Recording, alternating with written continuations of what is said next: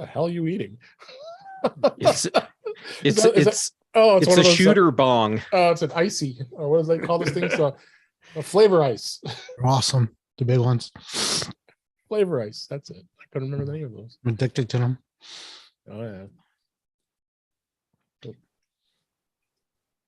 Have to turn off YouTube converter. Wants to download my video. You have to copy the link there.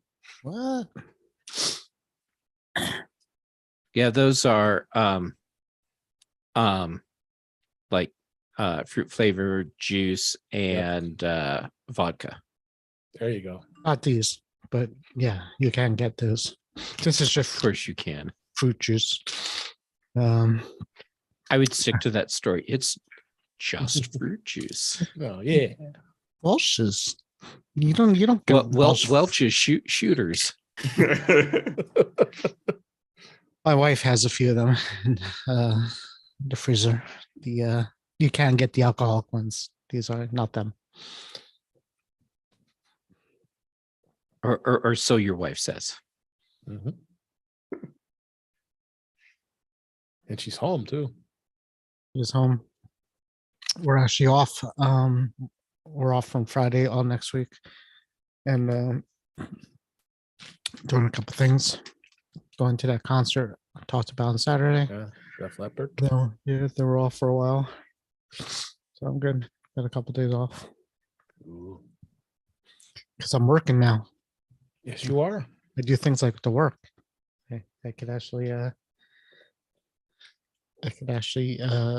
say I deserve some time off. All right, I got us all. Let's do it. Social mediaized here. Let me start audio hijack. Let me down this. Chug. Let me start recording us back up here. All right, guys, ready? Let's do it. We are at episode 209. Wow. Yes, It's we all are. fun. Mhm. All right. In 5, 4, 3, 2. Welcome to episode 209 of In Touch with iOS, the show that talks about iPhone, iPad, Apple Watch, Apple TV, and related technologies. I'm your host, Dave Ginsburg. And my returning guest this week is Andrew Orr. He's glad you're back on the show. How you doing, Andrew? Hey, I'm doing pretty good. Good to be here.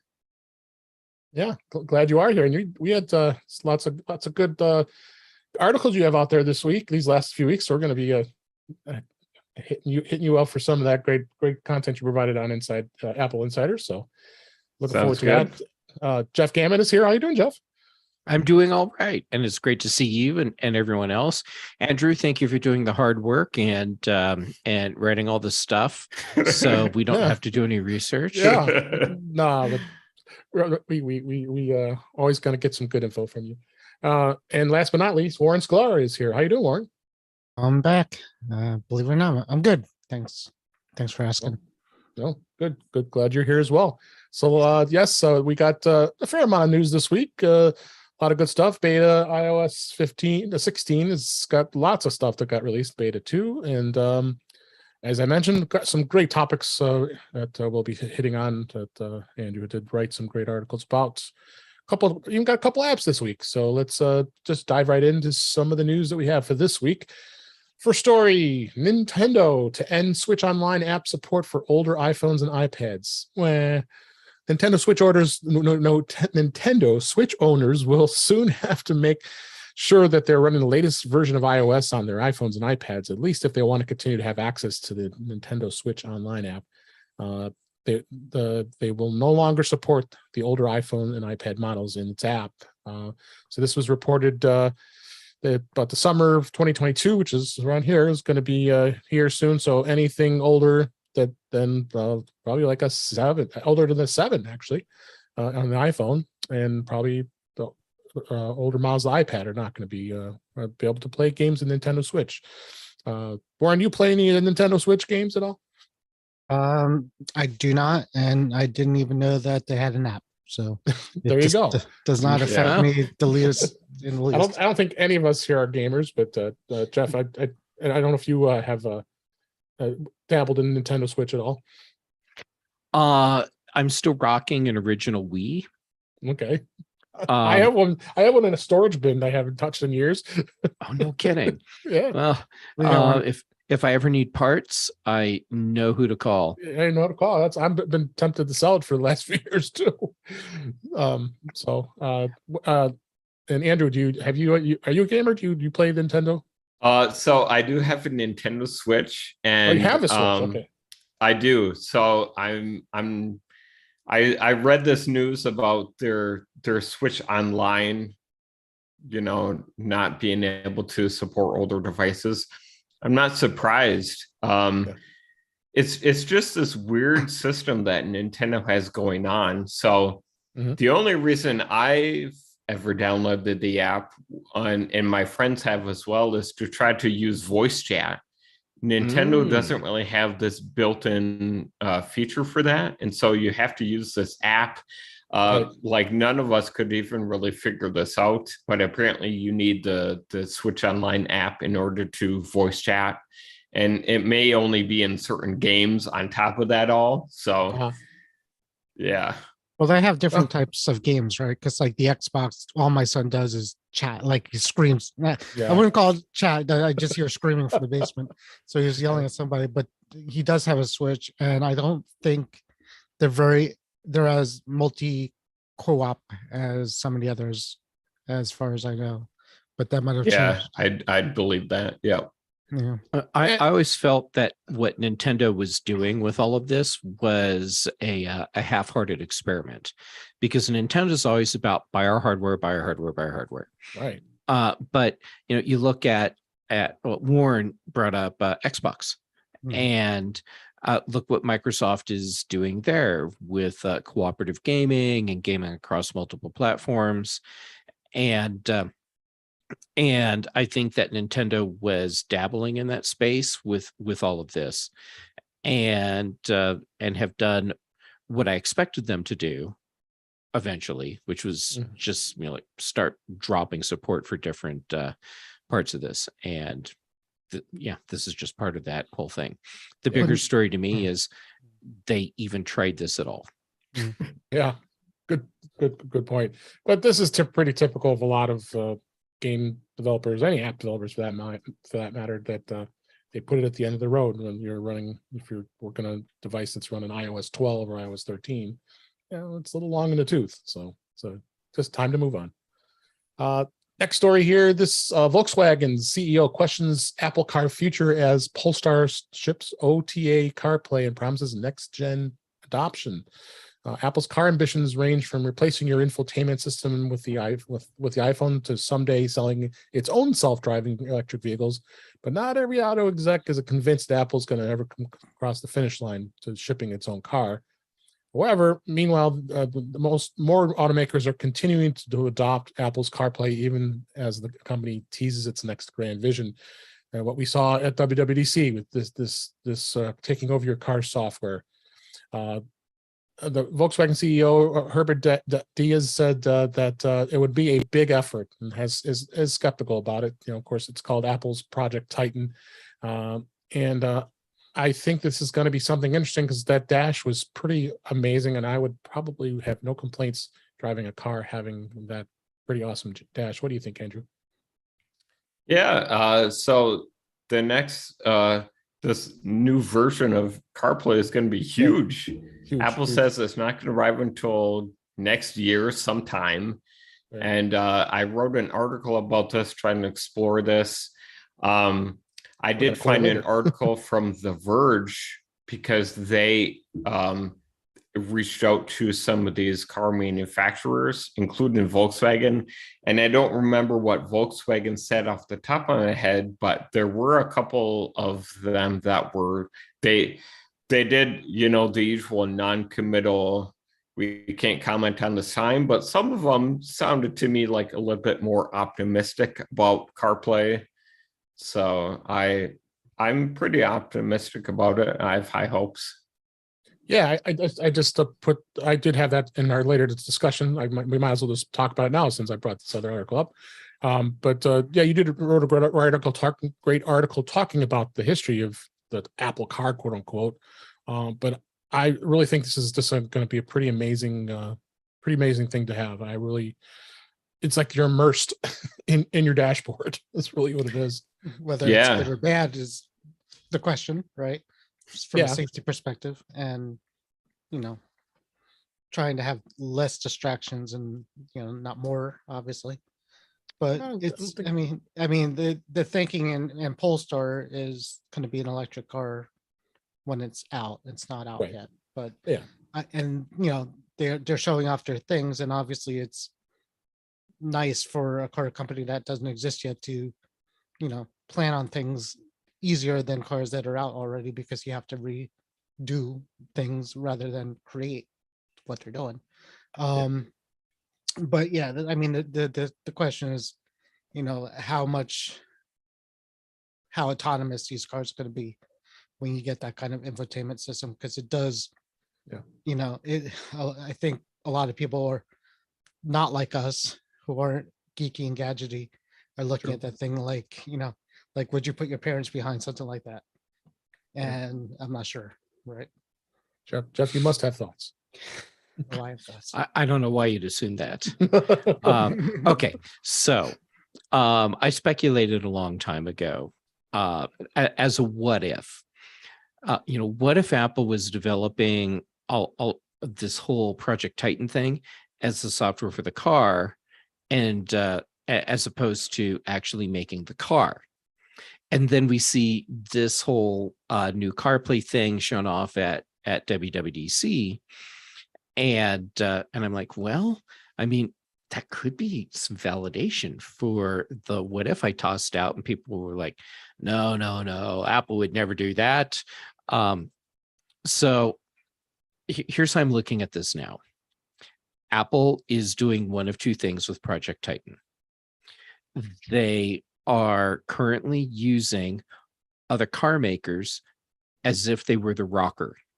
And for people that are old enough, before we got the iPod, Apple partnered with, Motorola. was it Ericsson or Motorola, I think to it make was the Motorola. rocker phone, which had software on it that would let you store iTunes, stuff from your personal iTunes library on the phone.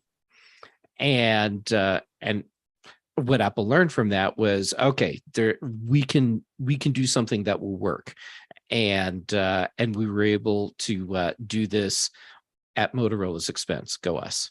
Well, can I So- just stop you for a second on that? Because Apple doesn't, if you think about what a car is and what Apple is doing on a car, the Apple CarPlay that they showed off is basically their thing at that point. Everything else is moving tires, and we could debate the battery situation, right? Because this is all going to be for the future. If Apple makes a car, it's not going to run on gas. I promise you that. No. So Right. so Apple looks at a car. You look at a car, you look at an electric car, you say, how much of this could Apple contribute to this thing I'm looking at? And you can look at the infotainment system, right? Because that's totally CarPlay. You might look at the battery technology because they know a lot about that. But when you start getting into everything else, what is Apple's involvement with that, as far as interior goes, as far as wheels go, and as far as parts of a car? Whereas the rocker, that was their, that's pretty much they had that technology coming already. We're developing it as far as the phone, as far as the battery, the glass, things like that. Yeah. Okay. So yes. All right. So so Motorola made the hardware, right? Apple made software for the hardware. And so that's how I'm looking at what Apple might be doing now. They let all the other car makers make all the hardware, and they're just making the software for it. Right. And if they decide that, or no, if their plan is the rocker plan, then what they're doing is letting the car makers foot the bill to see how well this works. And if it works well, then all the behind the scenes hardware stuff they have been doing suddenly becomes a car. And or the other thing is Apple could be doing with CarPlay exactly what they're already doing, which is just making the software that other hardware makers, in this case car makers, can use to do their thing. And then they don't need to be involved in, well, exactly how do you design the wheels and the steering system. They're just tying into all the data that the onboard computers are making and then giving you pretty displays. Yep.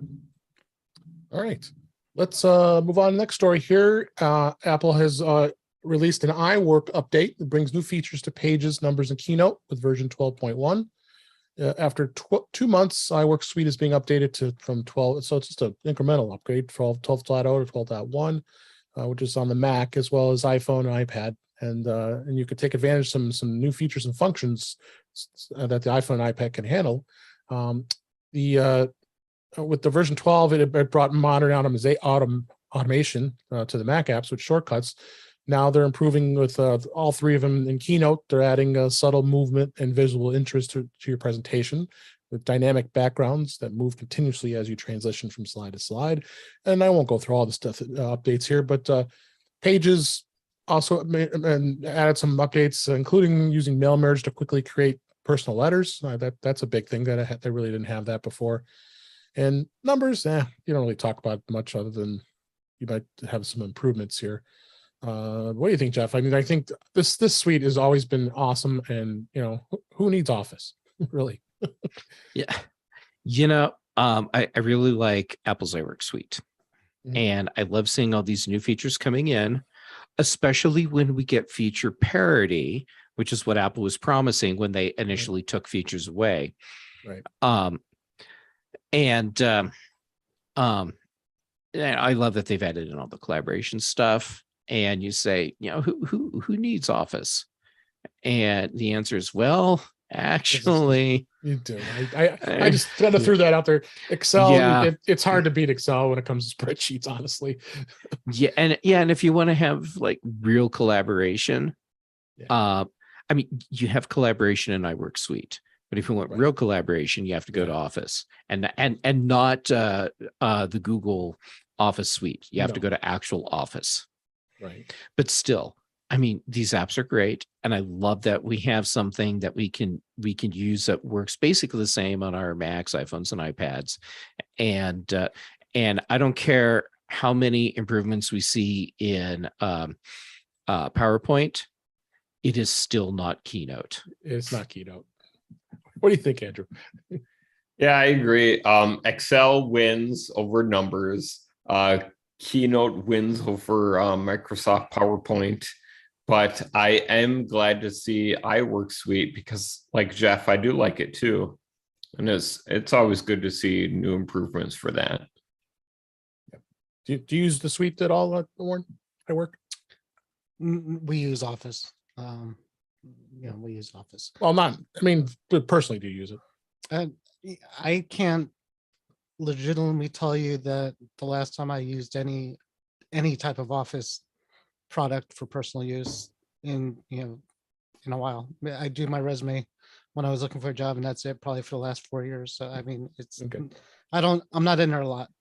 The only thing I could tell you is for whatever reason, since the dawn of time, iWork doesn't seem to update through the Mac App Store ever, or it doesn't show you that it has updates. The only way I ever see I have the updates is either a news story or set up, clean my Mac, the updater finds it.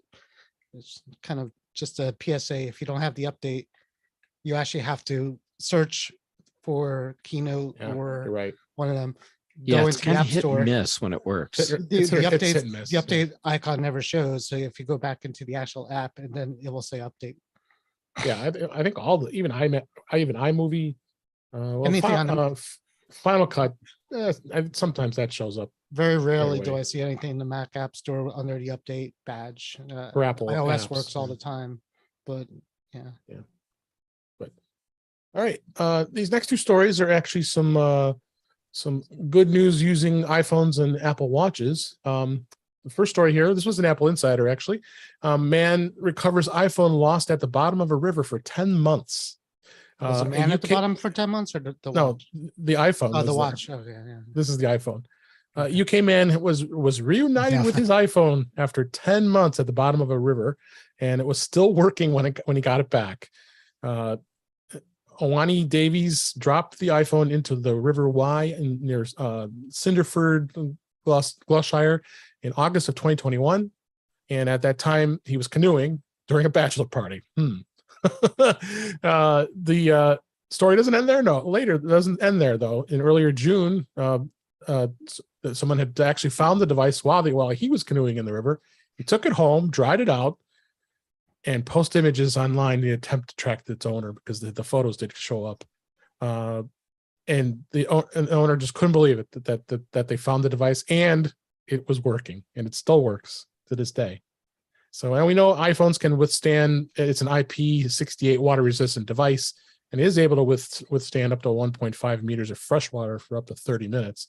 This is kind of a bit more of extreme. Or 10 months, give or 10 take. months, give or take 10 months. Yeah. What do you think, Jeff? I thought this was an interesting story.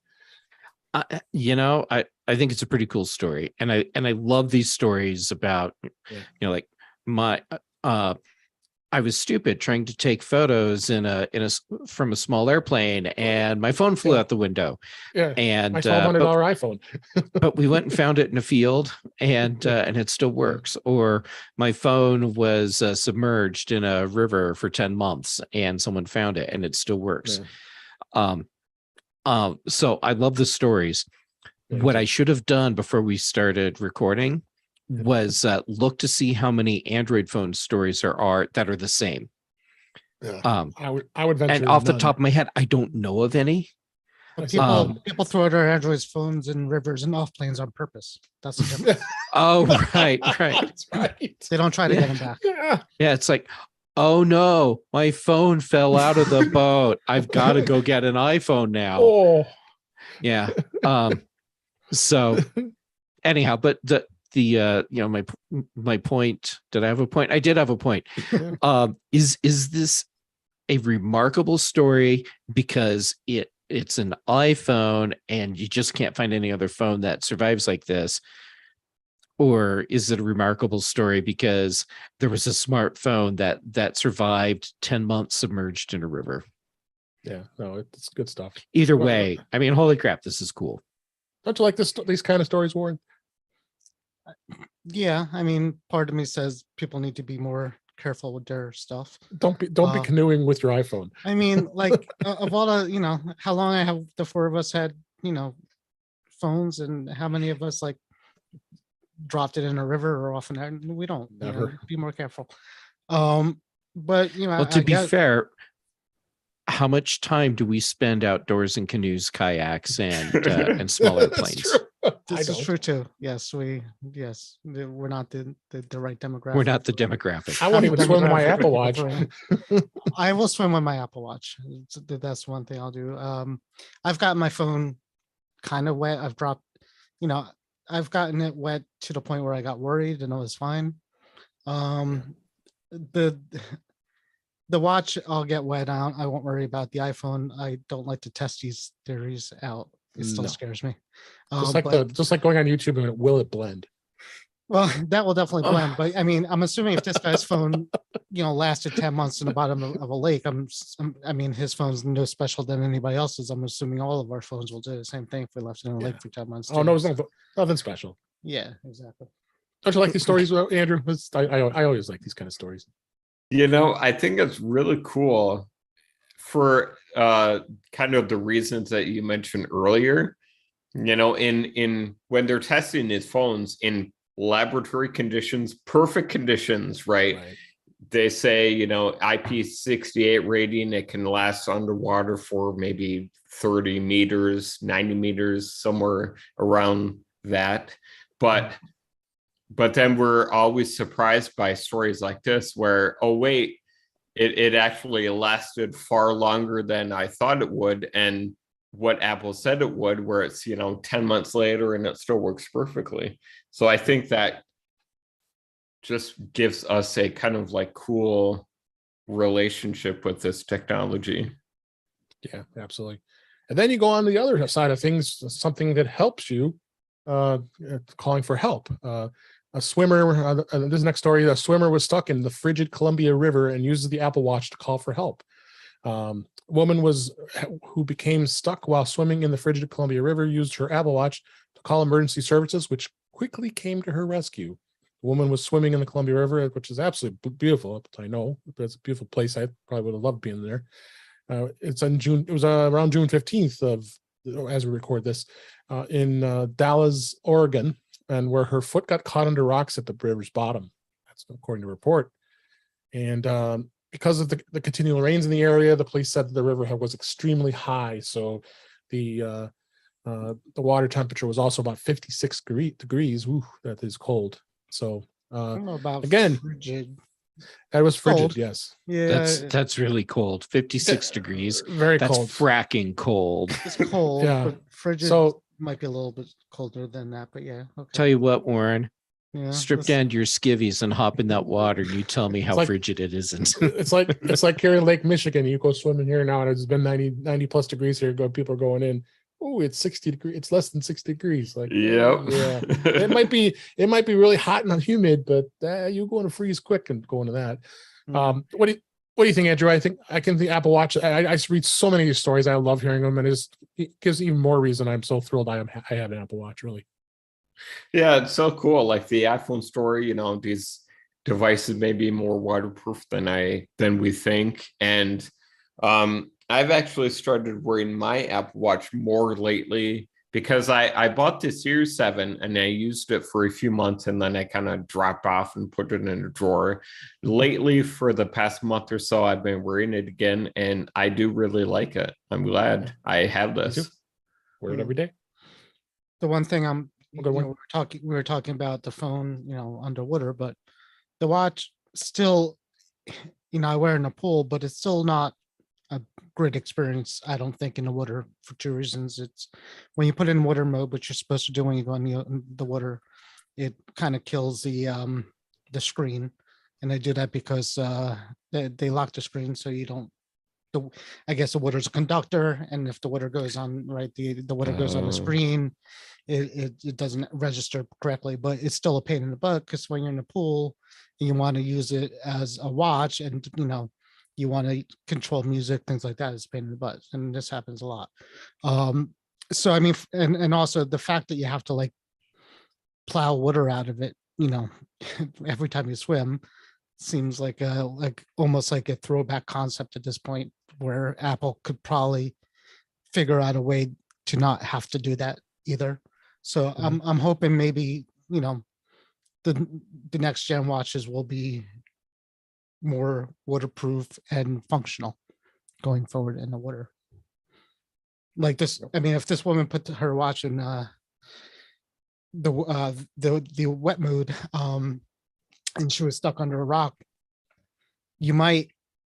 she might have had to like actually, turn the crown enough to unlock it, then go into screen and do whatever she needs to do. Or I don't know if it called I don't know how it actually got it. So she might have held down a button for SOS or whatever like that. But yeah, it's good, but it needs a little bit more work in the water, I think, to be more fun. What do you think, Jeff? Yeah. I think this is awesome. And Warren, sure, Apple can always work to improve the features and the way they work in different conditions. So I hope they do. I love these stories about how technology like this is saving people's lives, and this is no secret. It's a story that that's come up in conversations before. I mean, my Apple Watch was instrumental in helping figure out that I was having an allergy reaction at one point when I had unintentionally eaten dairy. And so the condensed version is I became very delirious and was not aware that I was having a problem. but through the data that my watch had, and being on the phone with someone who knew how I should be reacting to just the world in general, could tell something wrong, was able to put the pieces together and figure out that I was having a very severe allergic reaction, and was able to address that. And here we are.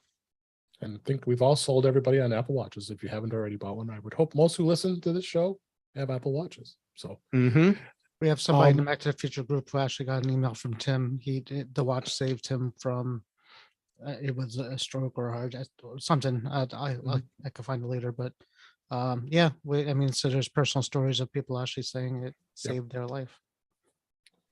All right, last story this week. This is under the category of Chuck Joyner. We're talking about frivolous lawsuits. T-Mobile is being sued by AT&T and Verizon customers for increased prices. In a surprise turn of events, it looks like a group of AT&T and Verizon customers have decided to sue T-Mobile.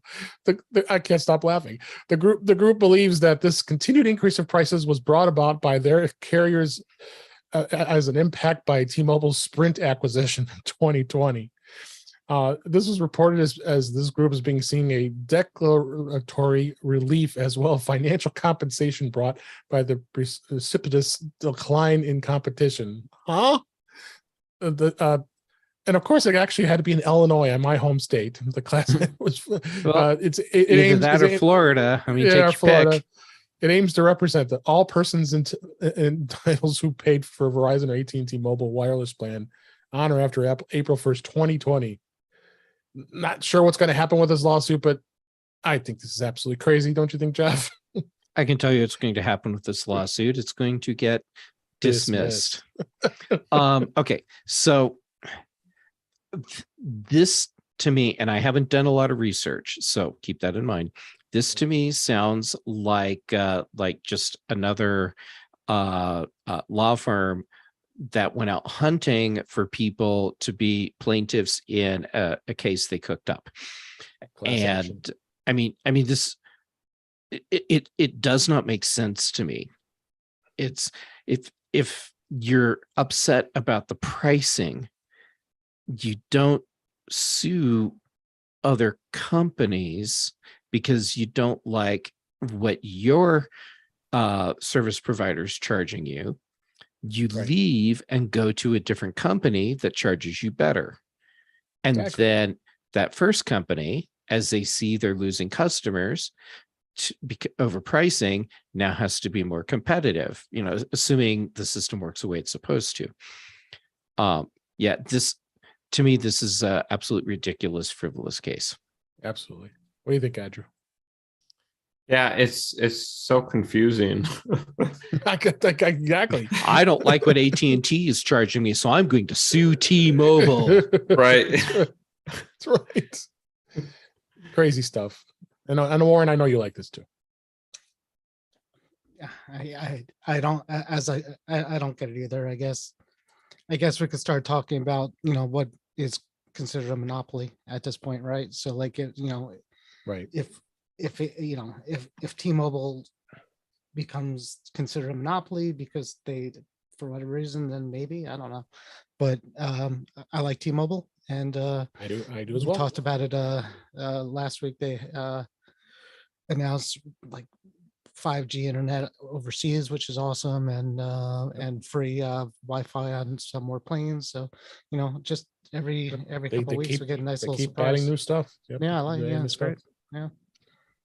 All right, let's move on to the topics for this week. Beta, iOS 15.5 Beta 3 is still out there, and it's still being beta tested for some reason. I'm surprised that Apple hasn't released that yet to the people who are not brave enough to go on to iOS 16, which we'll talk about in a moment. So not much else to say about that, other than I would assume that Apple's going to release this at some point within the next week or two. It's been, I think it's been a week since Beta 3 came out, so maybe next week, who knows?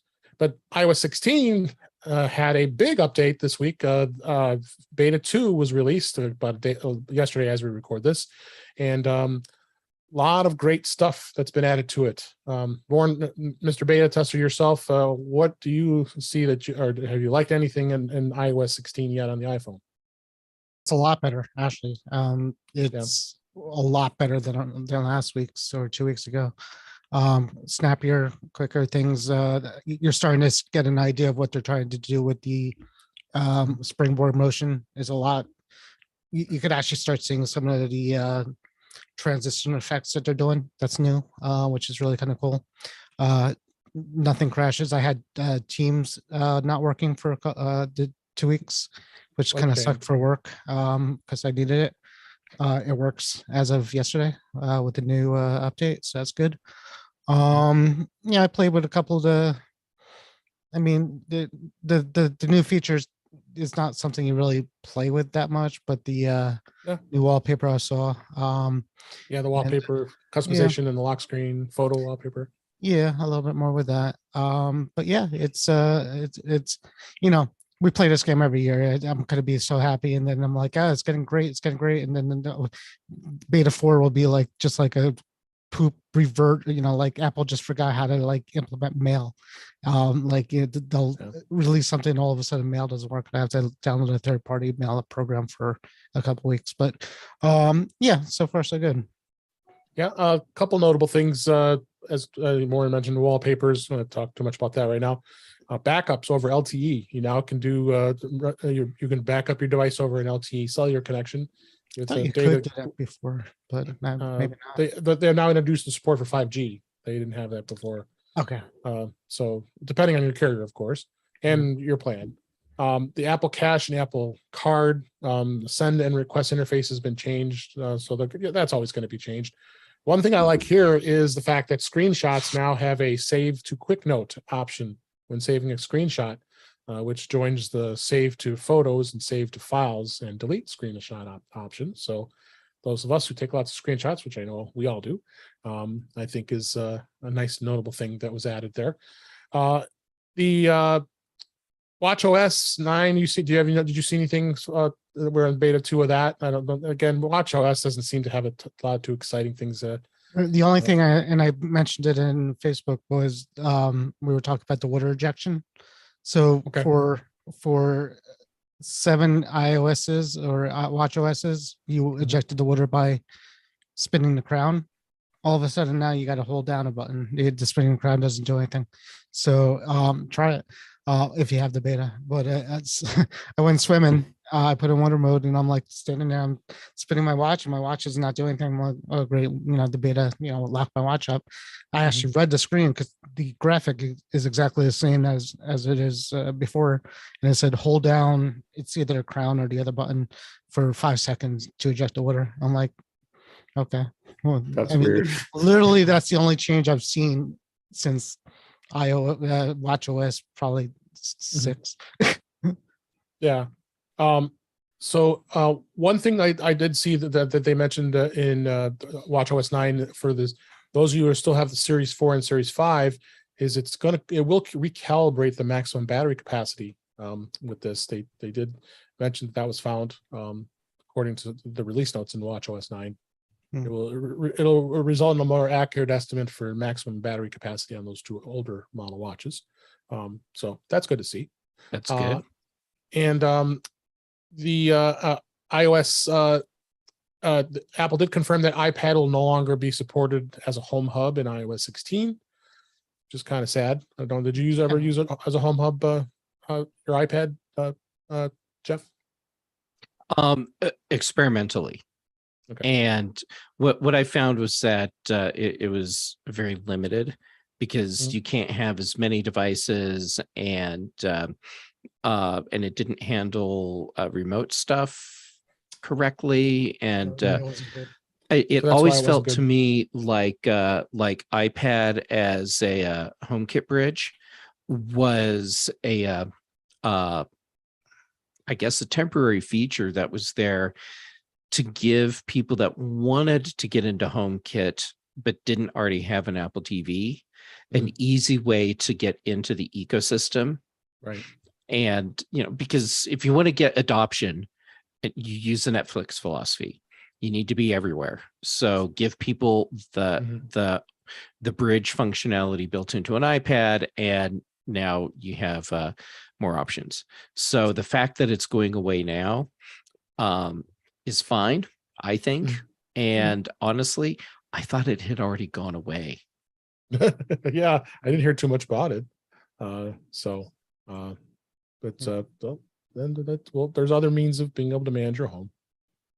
One thing also was noted as on iOS 16 as well as macOS Ventura that combating email spoofing with support for verified brand logos in the Mail app.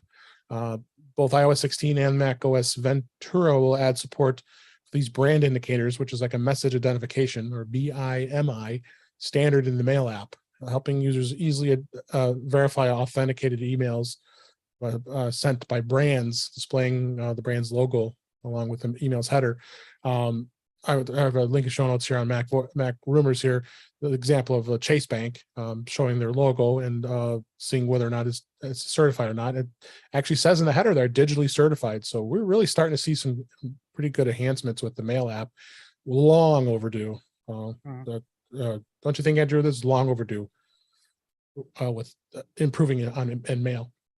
Yeah, I personally, I wasn't really too impressed with the Mail updates that they announced. These just seems like these are basic features that Apple's kind of catching up towards. I said long but I was interested in the kind of the new search capabilities that they showed off. So I mean, there's still some improvements. Yep. Did you have anything to add, Warren? I mean, if the verified logo thing, I mean, that's something I've never seen before. So if Apple is doing this and spearheading this and it works, and it works and the word gets out, this will actually help, especially elderly people with spoofing and phishing, because that's something easy for people to learn and teach somebody. Rather, right now, as IT people, what do we have to do? We have to say, open up the from address, click on that and look at the actual email address, and does it say, from chase.com, or does it say from chase blah blah blah.com, whatever. But if this works, this is a game changer for that kind of stuff. For scammers and targeting, I think. Yeah, absolutely. Well, this works, Warren, if the companies actually go through the process to have the specific graphics they're using in these situations tagged so that they show up as legit. But yeah, but banks, financial institutions, definitely, if they, I mean, if they see the value in customers knowing that the email is definitely them, and if a bank, if an elderly person goes into Wells Fargo and says, I got this email and I don't know if it's true, and down 5 years from now, 3 years from now, Wells Fargo said, if it doesn't have this logo on that phone on your email, then don't open it and it's not from us. That would be, that's the goal, right? To stop that kind of thing. I mean, you just got to worry about whether this is just going to be used for like marketing, like Nike and things like that. But but the real value would be to prevent people from opening emails that are spoofed. Using it for marketing, at least initially, might not be a bad thing, because marketing is a great way to raise visibility and awareness about this. Absolutely. So that as more banks and other financial institution, healthcare systems get on board, people are already familiar with these alerts. No, honey, that's not the Playboy logo you're looking at. I don't know why I got that email. That's right. Couple other things on that are of note that we're finding in iOS 16. Apple's junk message reporting now covers SMS for select US carriers in iOS 16. It's a built-in report junk feature. The Messages app is now covering SMS and MMS messages, allowing spam messages to be reported to select carriers in the US. We'll see what carriers do this. There's no note of as far as who is going to do that, but that would, oh my gosh, that'd be so much better. I'm so sick of these gosh darn spammers sending these messages to my phone. I don't know about you guys. Oof, it's been bad lately. I swiped It's on been one of really my message threads and it said, "Do you want to mark it as junk or spam?" And I got confused. Is this maybe So this is it. this is it? Okay, so I So did that. T-Mobile must have it. So yeah, but I did it on a message that I just wanted to delete and not report. So now I don't know if they're ever going to. Anyways, You'll- is there a way you'll to find out. undo it? No way to undo it. At least Nice. that's not mentioned anyway. And then last thing, we were pretty excited about this new thing they added in messages, that you're able to edit messages and unsend messages in iMessage. But it was originally they were saying it wasn't going to be backwards compatible, but actually it's going to be. It's now what's going to end up happening is someone who doesn't have iOS 16 will receive a new version of the message labeled as edited for.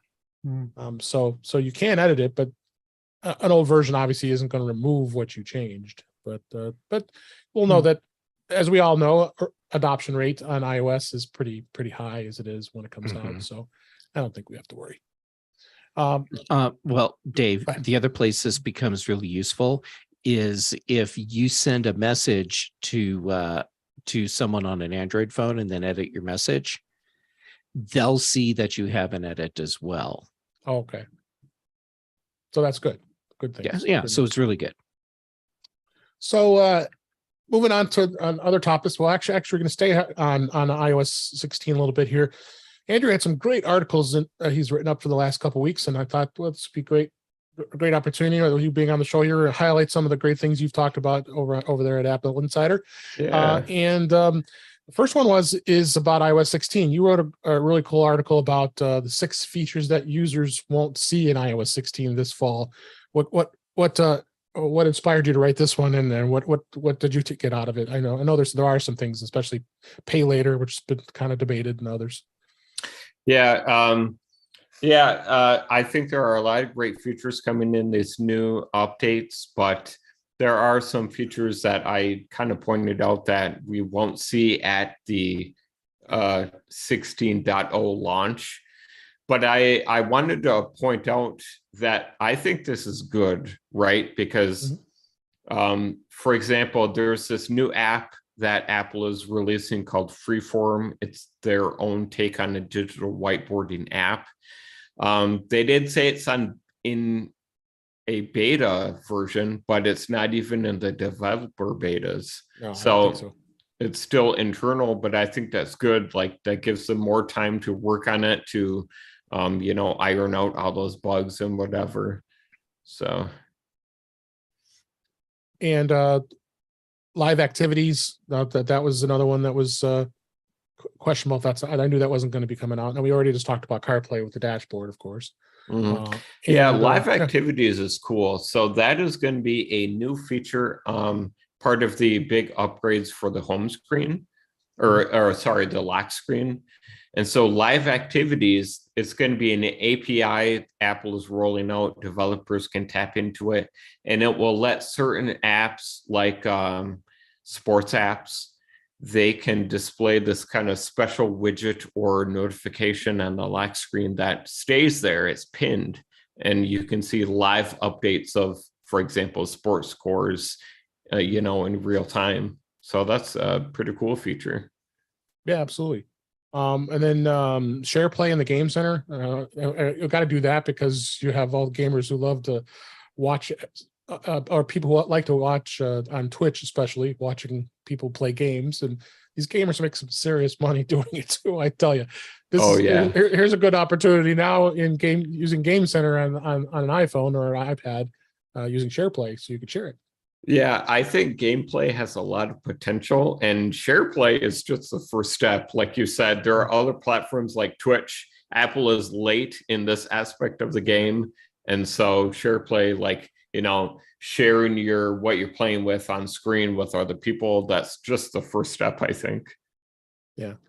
Jeff, I think Apple's making a mistake on not having SharePlay when iOS 16 drops.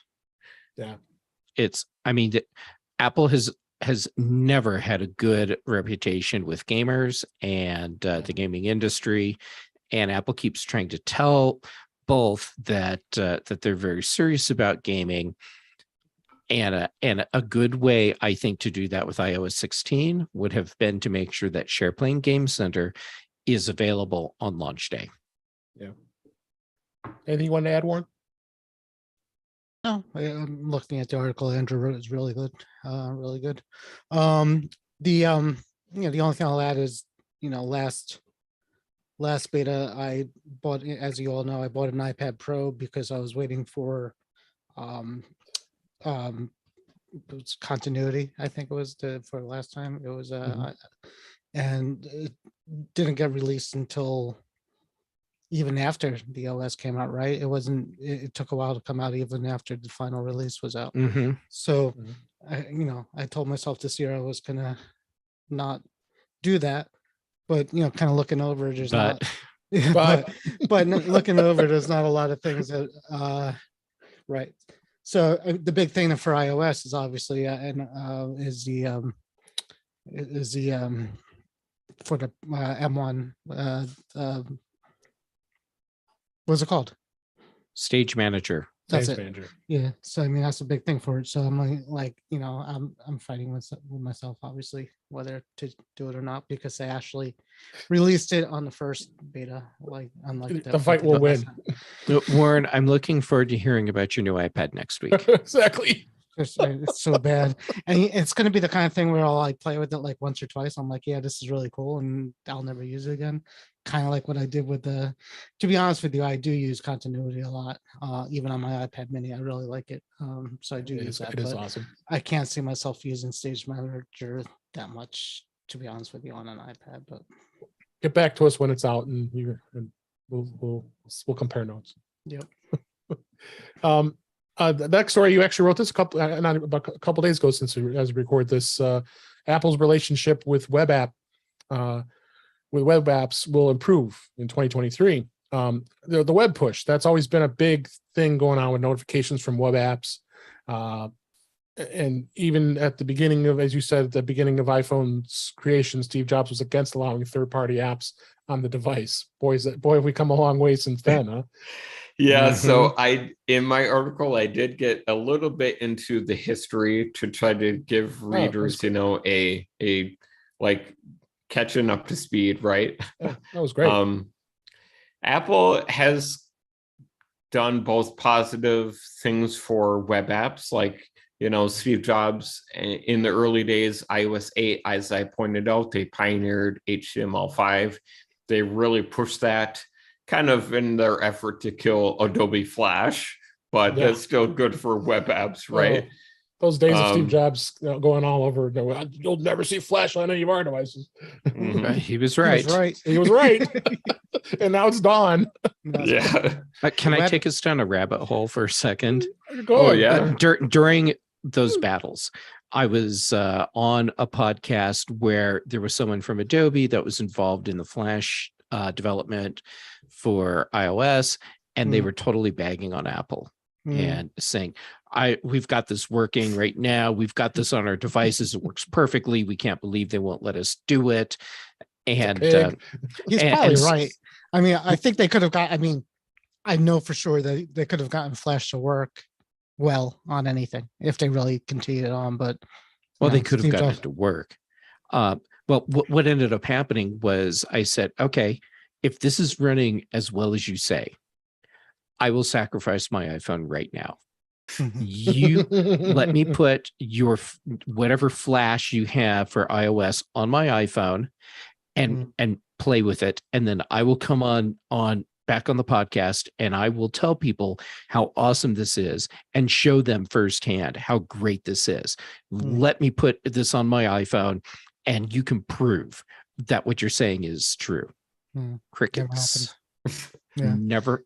I mean, the subject was suddenly changed, and I don't even remember playing anything on Flash. I can't even remember. I'm sure we so did, bad. Right?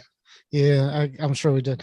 I remember what Andrew wrote about was the web apps. I remember before the App Store, that's all we had, right? So we went into Safari and went to these websites that kind of did things, but there were a few that I kind of remember that were good, and most of it was junk. And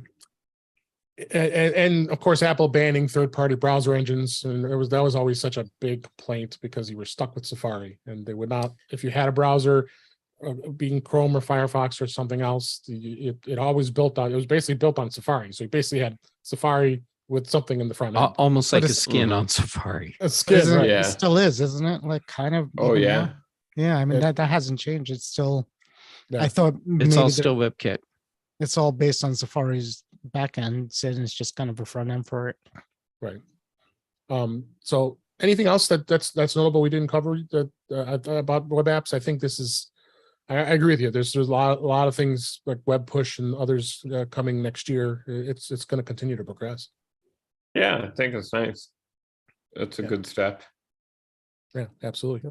And then one other one that I thought was I saved it for here because I thought I was very excited is the fact that Apple's could kill the CAPTCHAs with private access tokens. Please do it. When I saw you wrote this, Andrew, I said, "This is I can't wait till this happens." Right. The worst things in the world. I can't stand them. They're awful. Yeah, it is good news. And so just to summarize, so Apple's working with a bunch of other companies, including Google and Microsoft, to develop a standard to replace passwords with something that at least Apple calls passkeys. And it will just work with your biometric data, Touch ID and Face ID. There was one Apple engineer that said it will be a lot faster for people to log in. And so this will work across platforms. And they say it could kill the CAPTCHA. There is some kind of background authentication mode that browsers do that, you don't have to do it anymore. Apple just, or not only Apple, but other browser vendors, it just works automatically. Yeah, no, this is I like your diagrams you have on here, just showing how it works and giving good summary. And then the privacy pass protocol, and now with passkeys coming, I think that's going to be even better with passwords. And then definitely, you mentioned the technologies like iCloud Private Relay, hide my email, and app tracking transparency, add a huge bonus to the Apple's users with privacy. That's for sure. But yeah, if those CAPTCHAs, and the other one is those pictures that Google uses. What I was gonna say to Andrew and you guys is, instead of doing all this invention of getting rid of CAPTCHAs, can't they just make the text legible and the pictures easier to not miss things? I mean, where's the bicycles? And then you look, there's a piece of the bicycle in one of those squares that you click, right? The CAPTCHA, the CAPTCHAs wouldn't be that bad, but you literally can't read. They're illegible. They're all squiggly. And, I mean, make them like human readable, and maybe it won't be as bad. But I consider myself sort of computer technical savvy, and I still fail a few of them here and there. So yeah, we've been meaning to talk to you about that more. That's right. So no, great stories. I'm not a robot, by the way. Yeah, we kind of wonder sometimes. I'm kidding. Those are great stories, Andrew. We appreciate you giving us some extra insights on that. And, thanks. Yeah, and I have a couple apps this week, and I kind of put Jeff on the spot here because I saw you recommend this app to somebody on Twitter. I thought, how fitting you could tell us about Linny Sketch. Okay. On the iPad. The great thing was when you said you're putting me on the spot because I recommended something, I wasn't sure which app you're going to be talking about. Okay, so yes, someone asked me on Twitter what I'd recommend as a good drawing and sketching app for iPad with Apple Pencil, and I didn't have to think about it. My response was Linea Sketch, and if you are looking for an app, by the way, they don't sponsor me in any way. This is just me wanting the right app to do what I need. Linear Sketch is great because it's easy to use. The interface is pretty straightforward. You have basic things you need to be able to draw and sketch and create some pretty sophisticated art without having so many features that it becomes confusing or frustrating. And they have a companion app that you put on your Mac, if you're so inclined, so that you can grab your Linea content from your iPhone or iPad and just pull it directly over to your Mac. And you can even have it import directly into, say, like Photoshop or Affinity Photo, and work with the content natively in those other apps. So when you see drawings that I've done that are obviously not on paper, they're done in Linear Sketch.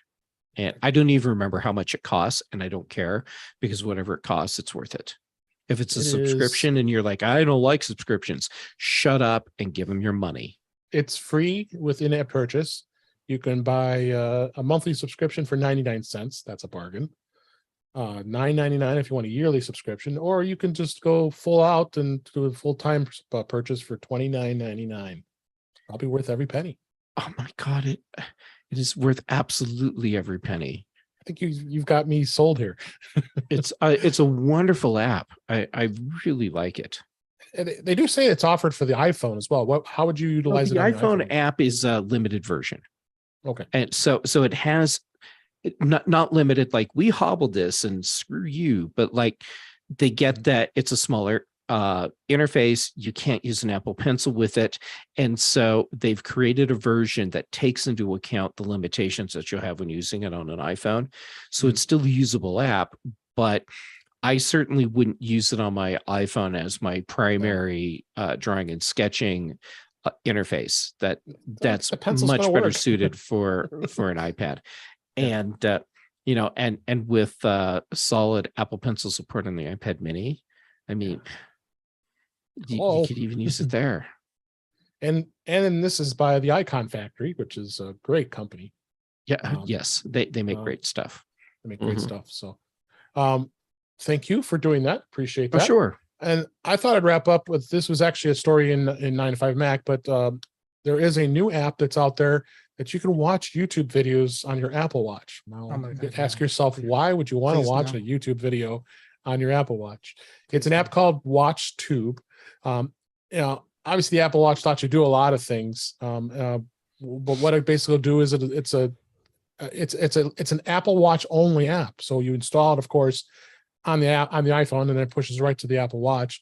But it does allow you to search for videos and be able to look at them on your Apple Watch, and it does work as intended. I started playing with it, and it's not very complicated. I know. Would you want to watch a YouTube video on your watch? Yes, of course. I thought it'd be cool. Yeah. Okay. Now you're looking at me like, oh yeah, Jeff, right?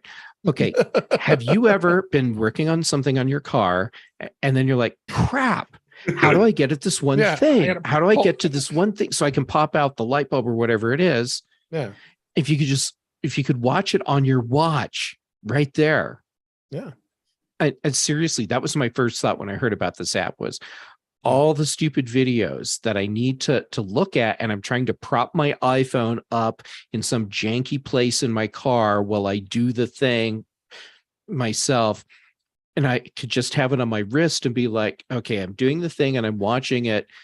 I actually see value in this, as crazy as that sounds. No, I know, Warren, go ahead. You can give your opinion on this. I know you don't want to do it. Warren's opinion is probably, don't fix your car yourself. Take it to the dealer. Yeah, but my opinion is definitely not wanting to watch a YouTube video on my watch. I don't think. First of all, you would need headphones, right? Because you can't. There's no speaker, I'm guessing. Yeah, there is. There's no speaker. I mean, no. There's no speaker on the yours watch. is filled with water. No, there's no speaker on the watch that plays that will do this. I don't think. I think it's just makes beeps and bops. So oh no. the speaker on the Apple Watch is loud.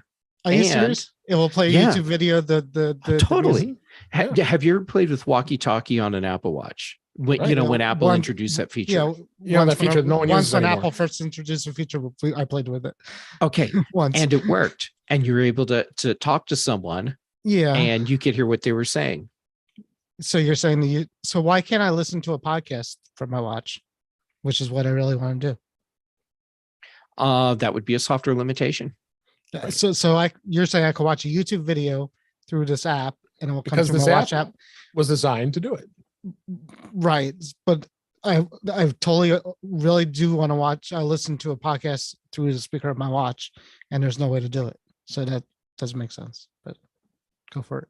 Yeah. Well, we need a that's just podcast app. Apple making a decision to not let the podcast app play through the speaker.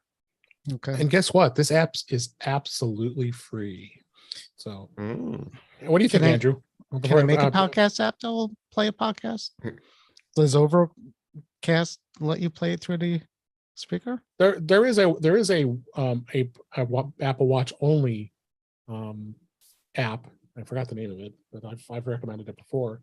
But again, yeah, it's limitation to the way that the app was written. So with something like this, I would not be at all surprised somebody might be thinking about, something like the podcast app if you want to use Makes it. sense to me. But Andrew, you get the final word here. What do you think of this app? I would never.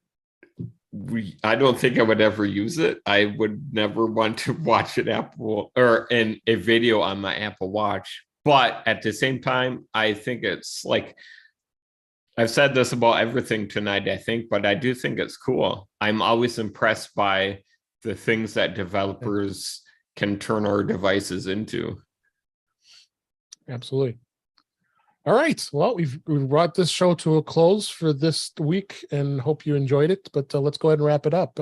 That's a wrap for this week. Please send your comments, questions, and suggestions to our email address, which is feedback@intouchwithios.com.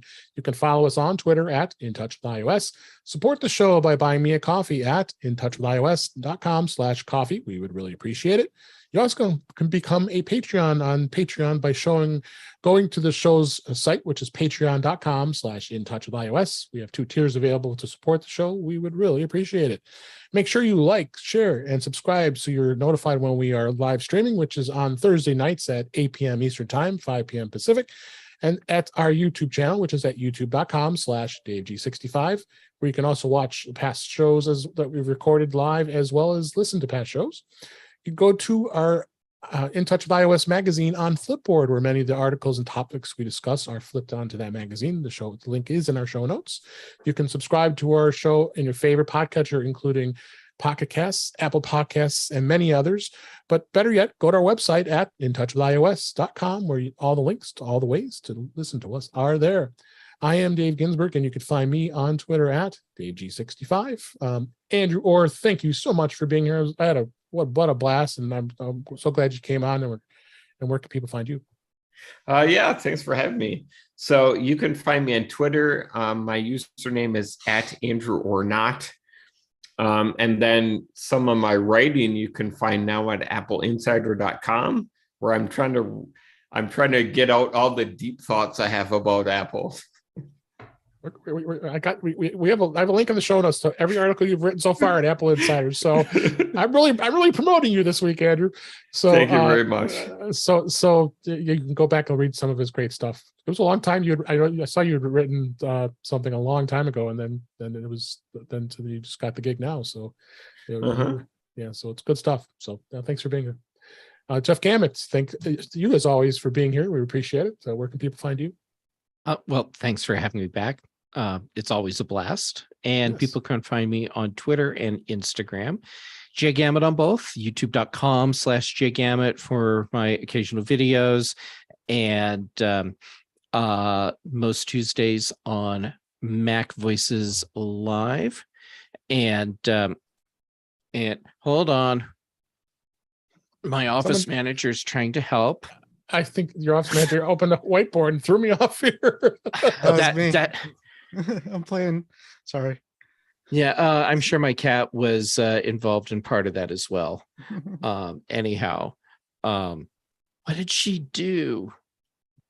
Like I have literally lost all the controls in the Zoom window. I got rid of it. It's thank you. And all my controls are back. Anyhow, so yeah. Big show on Thursdays, Mac show on Fridays, here with you on most Thursdays, and the Context Machine with Brian Chaffin. Yes. Go listen to Context Machine. It's always a blast to listen to that one. And then Warren Sklar, thank you for being here. Where can people find you? My office manager fell asleep on the job. Yeah, mine was trying to collaborate with Warren. She just heard you. Yeah, you fell asleep on the job, didn't you, girl? Yeah, you did. She's so embarrassed. You're so embarrassed. Here mostly where you are, but not everywhere you guys are. So with Dave on Thursdays here, Tuesdays sometime with Chuck, Back to the Future webpage on Facebook, and yeah, thanks, Andrew. It's good to see you. We don't get to see thank you as much. Yeah, it's good to see you, Jeff. All right, you know I love you. I don't have to say it. I love you too, Warren. Lots of love here. And thank you for listening. We really appreciate it because we hope you enjoyed the show. And we'll talk again soon.